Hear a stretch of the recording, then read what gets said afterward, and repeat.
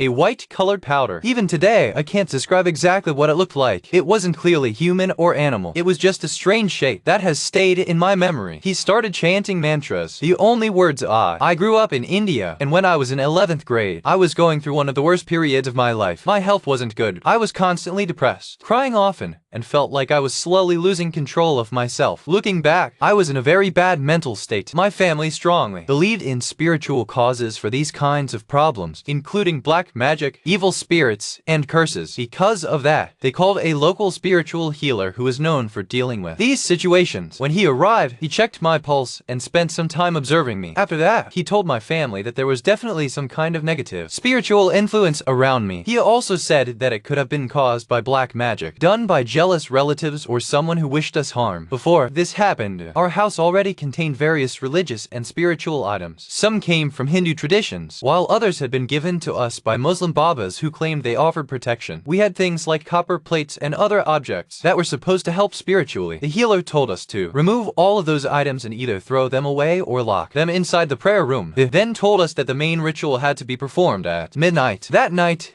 everyone woke up for the ritual. I remember him drawing a large figure on the ground using turmeric and a white-colored powder. Even today, I can't describe exactly what it looked like. It wasn't clearly human or animal. It was just a strange shape that has stayed in my memory. He started chanting mantras. The only words I clearly remember are Om Shakti Para Shakti. He then made me sit in front of him. He took a few strands of my hair, tied them to a thread, and began asking questions. Who are you? Why are you? Speak. Tell us what you want. As he kept repeating these questions, something strange happened. Suddenly, a memory from the previous year came back to me with incredible intensity. When I was in 10th grade, I had gone cycling around my neighborhood one evening. It was around 7 p.m. and getting dark. Outside my colony, I noticed a very bright light in the distance, near a fenced area surrounded by trees. I stopped my bicycle and took out my phone because I wanted to take a picture. But while looking around with my flashlight, I suddenly realized I was standing next to what appeared to be a fresh burial site covered with flowers. The moment I understood what I was looking at, I became terrified and immediately rode home. I hadn't thought much about that incident for a long time, but during the ritual, while the healer was questioning me, that memory completely took over my mind. I couldn't focus on anything else. It felt like my entire attention had locked onto that moment from the past. What scared me most was that I felt an urge to respond to his questions. It was almost as if answers were forming in my mind on their own. I remember feeling like something was trying to speak through me. Even though I never actually said anything out loud, I kept my mouth shut the entire time. After the ritual, the healer told my family that it was black magic. As part of the ritual, a goat was sacrificed. The head was buried near the entrance of our property. Lemons with nails driven through them were buried in the four corners of the property, and other ritual steps were performed as well. I'm not sharing this because I'm trying to convince anyone that ghosts, possession, or black magic are real. To this day,